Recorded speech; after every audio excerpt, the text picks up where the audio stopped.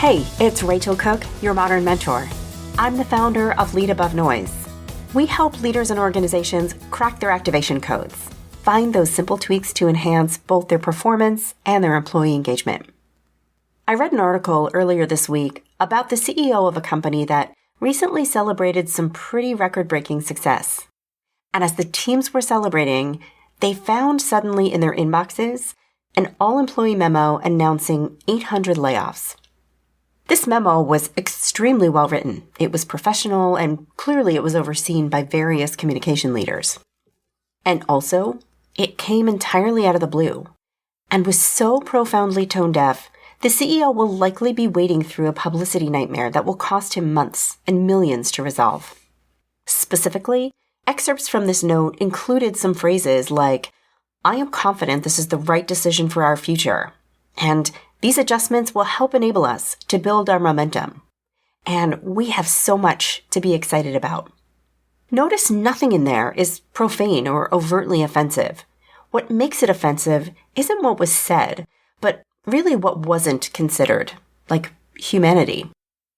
Honestly, imagine being one of the 800 people to lose their job, or equally being someone still employed and knowing you're probably going to have to pick up their slack, and reading these comments, which sound only celebratory.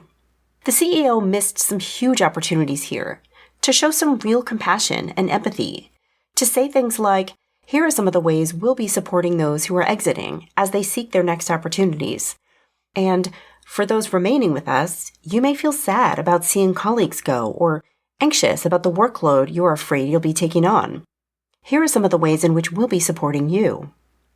With a little bit of thought and planning, he could have totally and completely shifted the tone and the impact of that memo without changing the reality of the layoffs.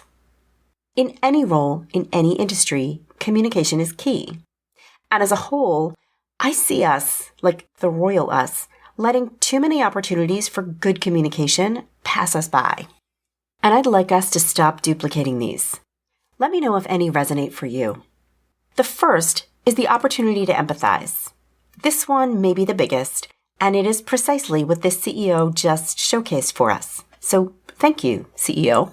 We're hearing a lot about empathy these days, but frankly, I think a lot of leaders are still struggling to grasp it.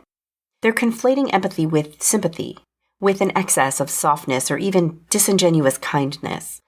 But really, empathy is simply the willingness and the ability to see something from the perspective of another. It's not about not saying hard things. It's about saying them in a way that helps them to be received better. I have one client, for example, who struggles with deadlines. Like, I submit a draft of something and it takes her a really long time to get me feedback, which means that our timeline keeps expanding. What I want to say is, "Hey friend, you're killing me here.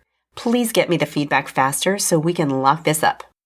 But what I actually say is, "I want to make sure we get the final product in your hands before the end of the quarter, so you feel completely prepared and confident in rolling this out to the organization." Both messages say, "Hey, I need you to move faster." But can you hear the difference? In one, I'm nagging her out of my own self-interest. But in the other, I'm reminding her of why it's best for her if we get it done quickly. In both cases, she's got to hurry. But the empathetic message is more likely to trigger the behavior that I want. Okay, the next is the opportunity to raise up the lead. This is the opposite of burying the lead. You know, that thing we do when we say a whole bunch of words and somewhere in the back half is our point? Take that last example I just shared about that foot-dragging client. I could say to her something like, "So I'm looking at our timeline, and I see that we've done these 7 things, and we still have these 5 things. And I'll be working on X while you work on Y. And also, if we don't get it done within the week, we'll miss our deadline completely. And I hope you enjoy your weekend." Did you catch that? Toward the back, that whole, "Hey, we may totally fail to get this done in time." It may sound silly, but I see this all the time. I'll be in a meeting with a leadership team and someone projects an update with a million boxes and colors. And as they start talking, I see their colleagues struggling to stay awake. There are visuals on the board for days and a presenter fit to discuss it all, but it's too much. I always counsel in these cases to start with a summary of the 2 to 3 things that everyone needs to know. Are we on track? Is something at risk? Do you need help? Do you need a resource? The human attention span is getting shorter and shorter, so make sure you front-load a conversation with the things people most need to know. So if they fall asleep, you still get what you need. The next is the opportunity to get real input. The last time your boss asked, "Hey, do you have any feedback for me?" What did you say? You may be an outlier, and I hope you are, but I can tell you with confidence that when many of my clients pose this question, they get some version of, "Nah, boss, you're doing great." Same goes for the question, "Here's my plan. What do you think?" The easiest answer is, "It looks spot on." In the world of real and meaningful conversation, this is a huge missed opportunity because, leader or not, we can all benefit from feedback on our performance or our plan or our pitch. We just have to learn to ask better questions. Instead of, "Do you have feedback for me?" try asking, "Would you share one or two things I'm doing well and maybe one or two things I might improve upon?" Instead of, "What do you think of my plan?" try, "Here are my initial ideas based on my experience. But would you poke a hole or help me to see something I've overlooked or misunderstood?" The shift is small, but the point is to ask a question that lovingly forces an answer, that leaves no room for, "No, you're all good," because that serves no one. And finally, the opportunity to connect. I've talked a lot about the importance of connection on the podcast. I'll link to a few episodes in the show notes. And I echo connection often because it's the linchpin of communication, keeping the wheel of communication in motion. To be an in-tune leader or a dialed-up employee, connection is key.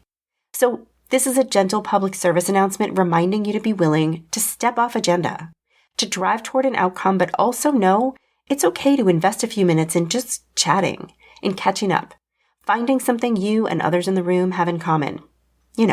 Connecting. It will absolutely serve your ability to collaborate on a stronger outcome.